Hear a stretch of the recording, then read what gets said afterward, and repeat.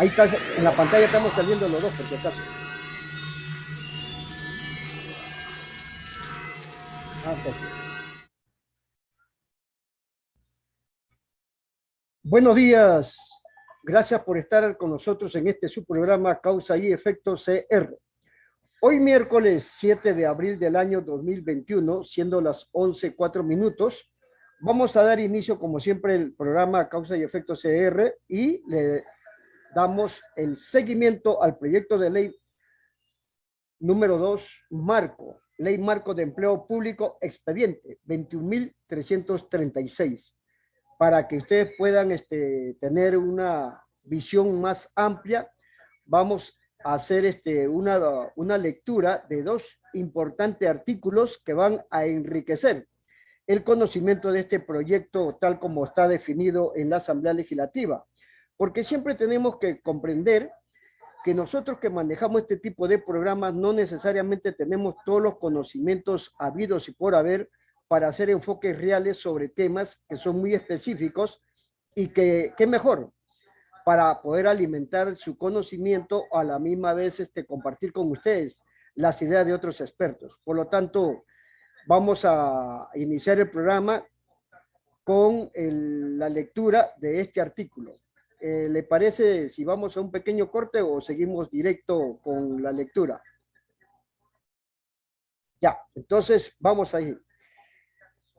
El título es El asalto a la democracia y la ruptura del pacto social, que salió publicado el pasado 4 de abril del año 2021 en el semanario Universidad, en la sesión Opinión.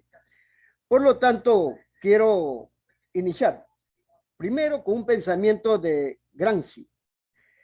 Dice, el viejo mundo se muere, el nuevo tarda en aparecer y en esos claroscuros surgen los monstruos.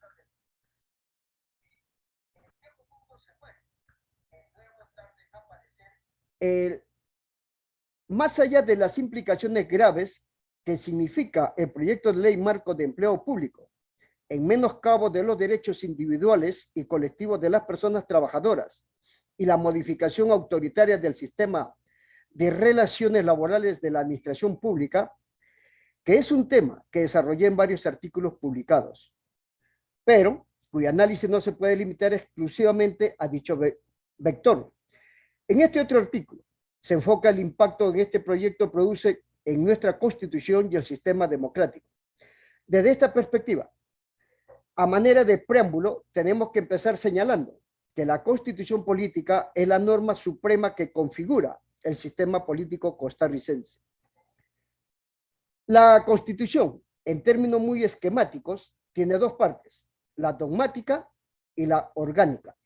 La dogmática define el modelo, la ideología del Estado y el régimen de los derechos fundamentales que reconoce y se tutelan. La orgánica concierne al aparato estatal, la estructura de la institucionalidad pública. Las constituciones políticas normalmente recogen el pacto social que regula la convivencia ciudadana.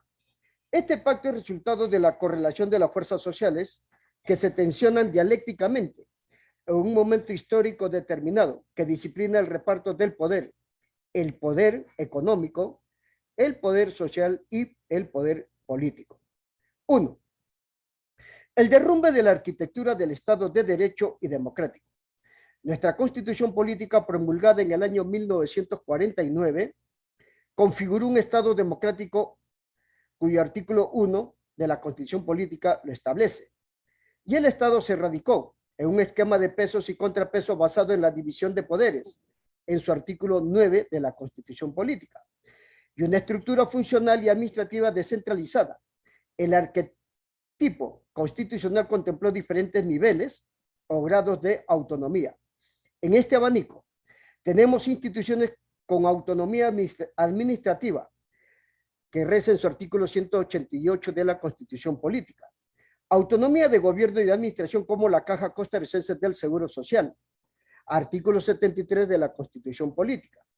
Y otras que además tienen autonomía de organización que es el caso de las universidades públicas, en su artículo 84 y 85 de la Constitución Política. Además, están los gobiernos locales, que ostentan su propio régimen autonómico, en su artículo 176 de la Constitución Política. El proyecto de ley marco de empleo público concentra el poder de un Estado centralizado a cuenta de la potente rectoría política del empleo público que se le atribuye al Poder Ejecutivo. Esta potestad faculta al Ejecutivo regular y dirigir prácticamente todo el espectro de la administración pública, con pocas excepciones que fueron excluidas del marco de la ley. Los otros poderes del Estado, incluido el judicial y aquellas instituciones descentralizadas, quedan sometidas a la gobernanza del Poder Ejecutivo, es decir, a la dirección política del gobierno de turno.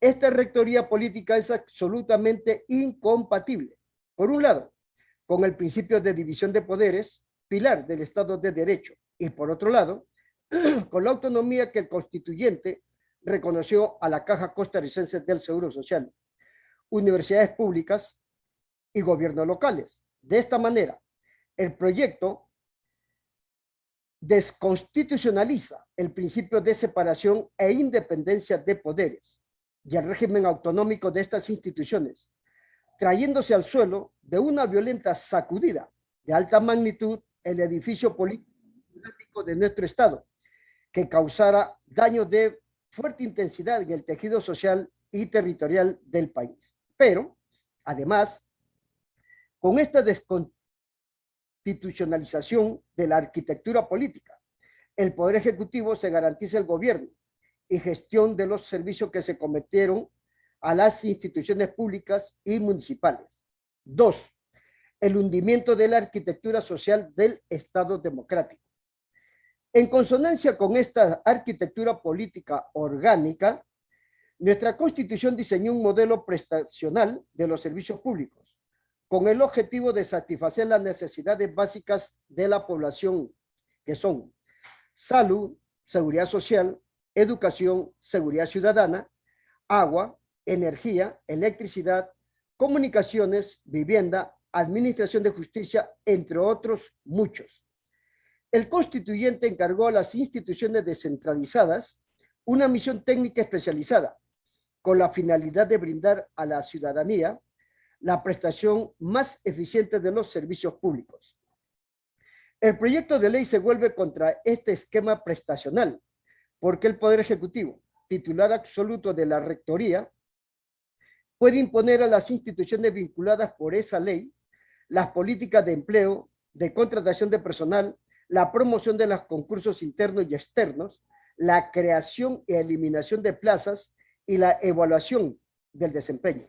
Así, el Ejecutivo se garantiza la gestión, el control del gasto, del presupuesto y la prestación de estos servicios en detrimento de la calidad de vida, el desarrollo social y humano.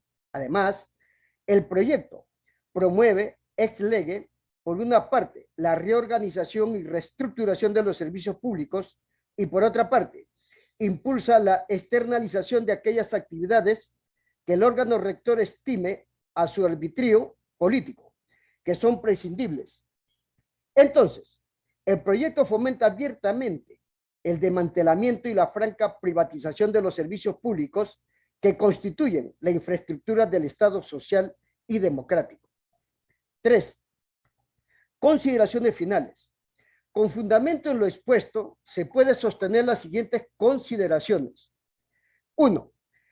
El fantasma que recorre nuestra Constitución no es la amenaza de un golpe de Estado ni de fraude electoral. El fantasma que acecha la norma suprema es la destrucción de su paradigma político y social, en que se ha basado la convivencia ciudadana durante 70 años, o sea, 7 décadas. 2.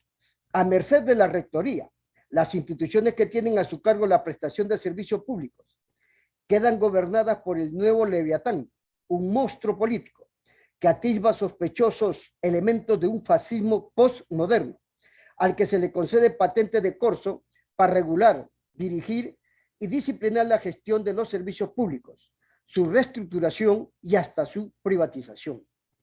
3.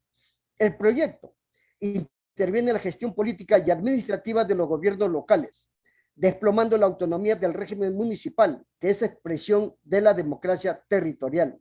4. Como se planteó al principio de este artículo, por encima de la gravísima afectación de los derechos laborales de las y los funcionarios públicos, no es para menos, entre los cuales destaca la vulneración del derecho fundamental de negociación colectiva. Se trata de un proyecto estratégico de reforma del Estado. Las intentonas frustradas de proyectos de reforma de Estado desde las décadas del año 1980 en adelante, por las que han pasado tantas comisiones y toda una élite de ilustricismo notables, se están concretando ahora con el ropaje prestado de este proyecto de empleo público, que implica una reforma de gran calado, en realidad, una transformación del modelo de Estado que altere el tejido político, social y territorial de nuestro ordenamiento. Un caballo de Troya armado en los establos de Zapote, en el balcón de los espantos verdes y los recintos de los templos neopentecostales, con la asesoría de la OCDE, Organización la Cooperación de Desarrollo Económico, que se lanza hostilmente contra las reglas de la institucionalidad del país. 5. El proyecto derriba la institucionalidad republicana causando una ruptura del pacto social. La fractura del pacto social se ha estado urdiendo desde hace varias décadas, pero se ha intensificado con mucha fuerza en los últimos 3 años. El pacto social está ya muy rasgado, no solo por las reformas legislativas reaccionarias aprobadas en este corto periodo, sino además por la desigualdad social, el incremento acelerado de la pobreza, el aumento desmedido del desempleo, que afecta más a las mujeres y jóvenes, profundizadas por la pandemia, en una lógica capitalista de acumulación por desposesión, que tiene el objetivo de apropiarse de la explotación privada de los servicios públicos, a contrapelo de los postulados que fundaron la Segunda República. La quiebra del pacto social, que por ahora está suspendido levitando en el aire, se pretende consumar y consolidar, en definitiva, con la aprobación de la Ley de Empleo Público. 6. Esta ruptura es el resultado de un cambio de la correlación de fuerzas sociales que expresa un nuevo reparto del poder social y político, que convierte la Constitución en papel mojado y viene a coronar el Estado oligárquico, neoliberal, de carácter antidemocrático y excluyente. Nos estamos jugando la democracia. No lo digo en sentido retórico, creo que es lo que está en el tablero de juego. Ojalá que las fuerzas vivas y todos logremos comprenderlo a tiempo, antes de que sea irreversiblemente tarde. Cuando no jugamos la democracia que nos legaron nuestros antepasados después de una guerra civil, tenemos que hacer un extraordinario esfuerzo y compromiso de unidad social para contener oportunamente los poderes fácticos que están asaltando el Estado social y democrático.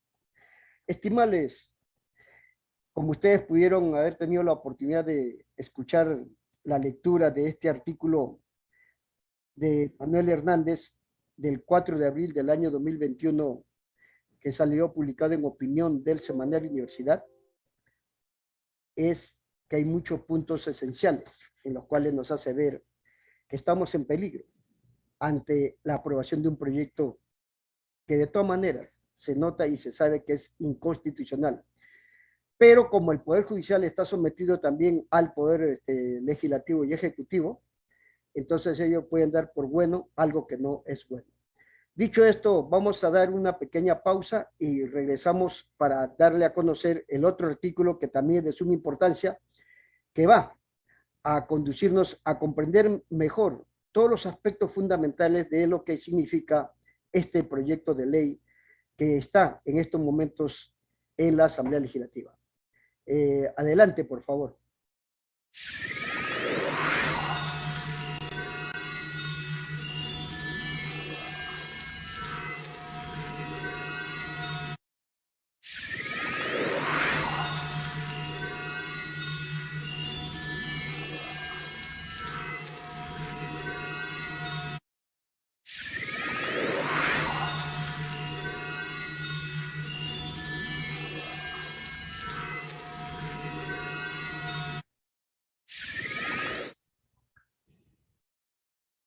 Bueno, muchas gracias por su regreso. Estamos de nuevo con ustedes. El siguiente artículo tiene que ver también con el mismo tema de lo que se conoce como empleo público, cuyo título es el siguiente. Empleo público, 2 puntos, 10 consideraciones fundamentales. Este artículo lo escribe Albino Vargas Barrantes, secretario general de la Asociación Nacional de Empleados Públicos y Privados, ANEP. Y es justamente del día de hoy que también sale publicado en opinión en el diario La Extra, que hoy día es 7 de abril del año 2021. Bueno, dice así, por favor tengan la amabilidad de prestar atención. Las personas trabajadoras salariadas estatales no tienen ninguna responsabilidad en el déficit fiscal. Esto lo demostramos con una sólida fuerza argumental. El periodismo de odio, con su manipulación grotesca de la ciudadanía al respecto, quedó descalificado y completamente desenmascarado. 2. Las razones del déficit fiscal básicamente están centradas en lo siguiente. Costa Rica tiene un sistema tributario completamente injusto, por una parte, y por otra, está corrompido. Es necesario recalcar que en nuestro país pagan más impuestos los que proporcionalmente hablando tienen menos, los que tienen más pagan menos y o, en su caso, no pagan del todo, eluden, evaden, disfrutan de excepciones, exoneraciones dispendiosas y ocultan plata en paraísos fiscales. 3. Los gobiernos de turno acudieron al endeudamiento, básicamente endeudamiento interno, para reponer lo que nunca se pudo recaudar, dada la existencia de ese sistema tributario completamente injusto y corrupto. Se generó un enorme déficit y por ende un endeudamiento tan grande como una cantidad cercana a los 50.000 millones de dólares. Esta deuda demanda un pago de intereses a tasas elevadísimas, que implica una erogación de 240 millones de colones por hora. Óigase bien, 240 millones de colones por hora. Así, el déficit fiscal, la deuda y su pago obsceno de intereses llegó a convertirse en un negocio para ciertos grupos de gran poder económico financiero, los cuales tienen gran influencia en el tripartidismo gobernista, plus PAC. 4. Detrás del ataque al empleo público y a las personas trabajadoras asalariadas estatales está una coalición ideológica, política y económicamente hegemónica, formada básicamente por A. Los grandes grupos corporativos de negocios mega empresariales, evasores, elusores de impuestos, receptores de escandalosas excepciones impositivas, como la de las zonas francas. B. Las corporaciones del negocio de las noticias, impulsoras del periodismo del odio. C. El sector financiero bancario de gran influencia en la política hacendaria tributaria del país. Enfrentamos en consecuencia una plutocracia reinante de gran influencia en la institucionalidad pública de toma de decisiones ejecutivas. 5. Esta plutocracia reinante ejerce su actividad cotidiana de control social a través de los partidos Liberación, Acción Ciudadana, Unidad Social Cristiana, plus PAC, y el turequismo, afín a los tres como los cristianos neopentecostales. La disputa entre estos partidos fundamentalmente por puestos claves en la Asamblea Legislativa, en el gobierno de turno. Los tres primeros renegaron de sus presuntas filosofías políticas originales y todos sirven hoy al neoliberalismo excluyente y depredador. El pueblo trabajador y las capas medias están prácticamente dejadas de la mano de Dios. 6. La plutocracia reinante y sus partidos políticos tienen, entre sus objetivos estratégicos todavía no alcanzados, lograr que se privaticen las empresas públicas que siguen siendo de propiedad estatal y que generan importantes rentas anuales, las cuales son un manjar apetecido por parte de los grupos económicos integrantes. de esa plutocracia reinante.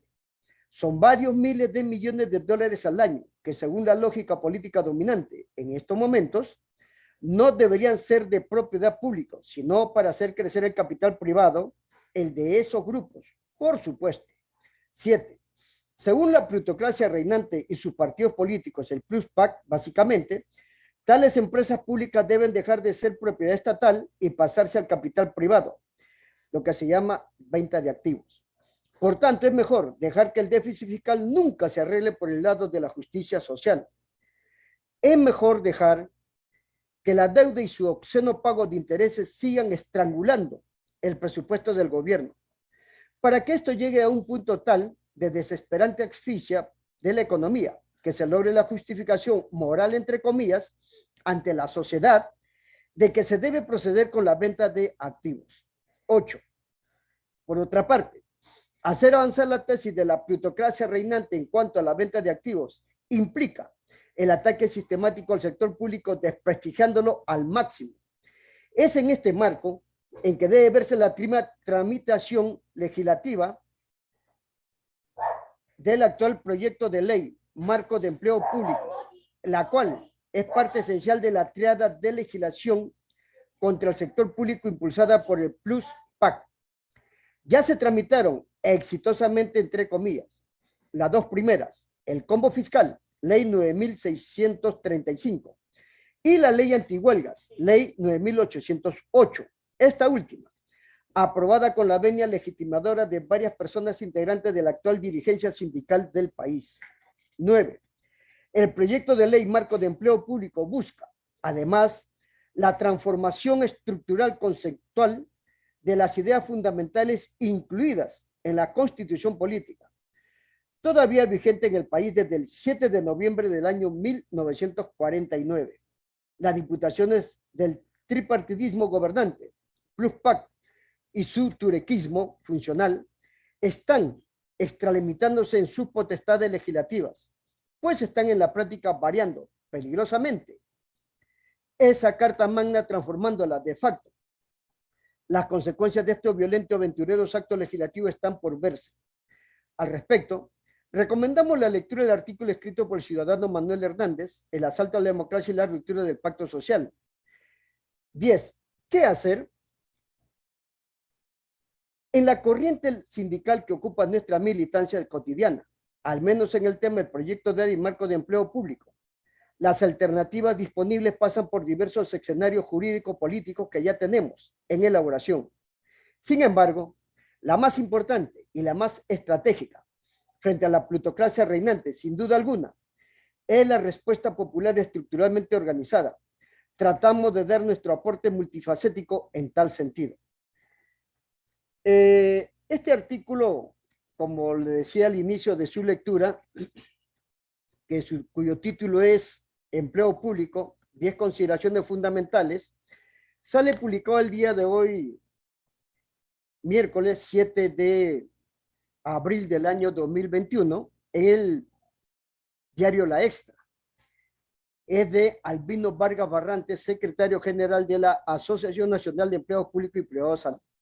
Y el día de hoy quise compartirlo con ustedes, estos dos artículos, ambos de suma importancia, por una simple razón.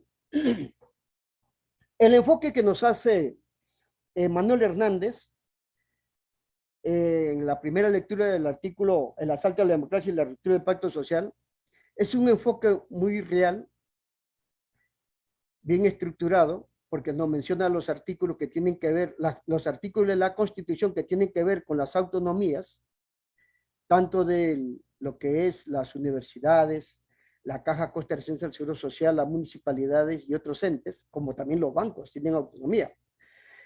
Y nos hace todo un esquema de improperios legislativos referente a esta Constitución que hasta el día de hoy nos rige y que ya cumplió sus 70 años. Pero ¿qué sucede?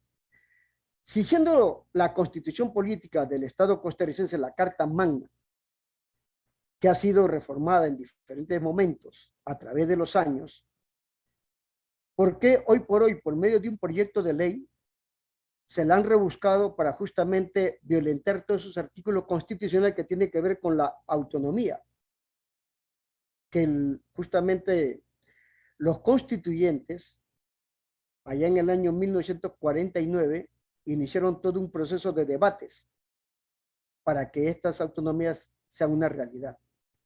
Recuerde algo muy importante, que la constitución política que nos rige hoy por hoy tiene su base también en la constitución política del año 1871, donde lo más primordial fue trasladado a la constitución del año 1949.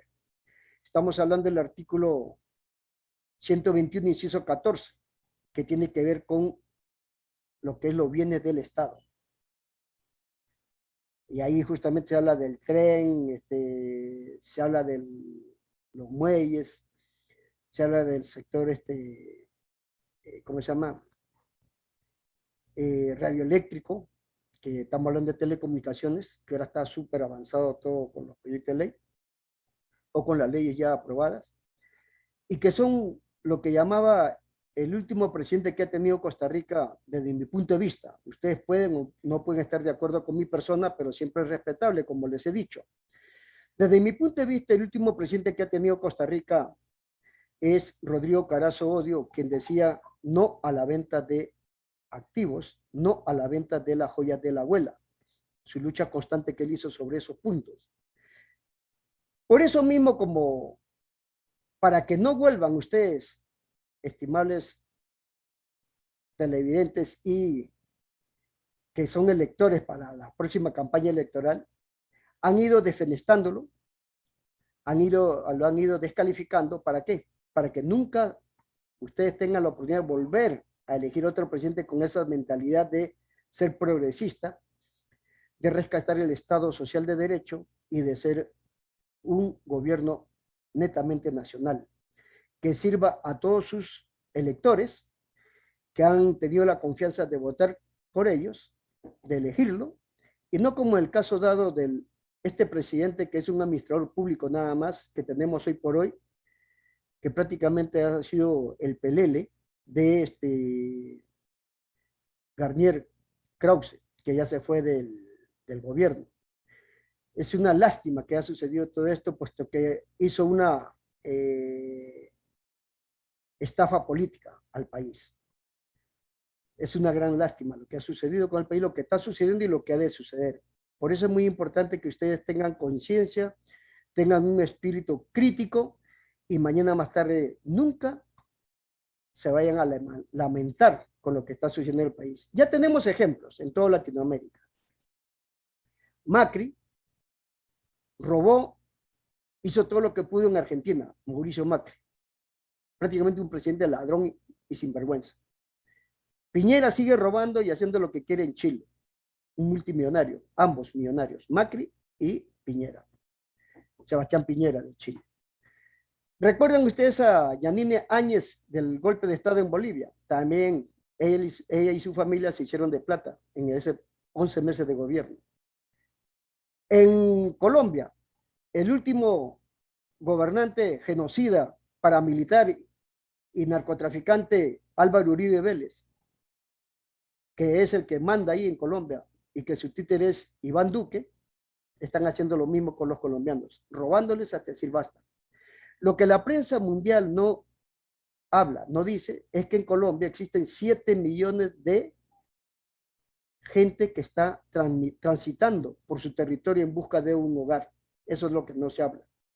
Porque los paramilitares les quitan sus tierras, los hacen que se vayan de su lugar de estado.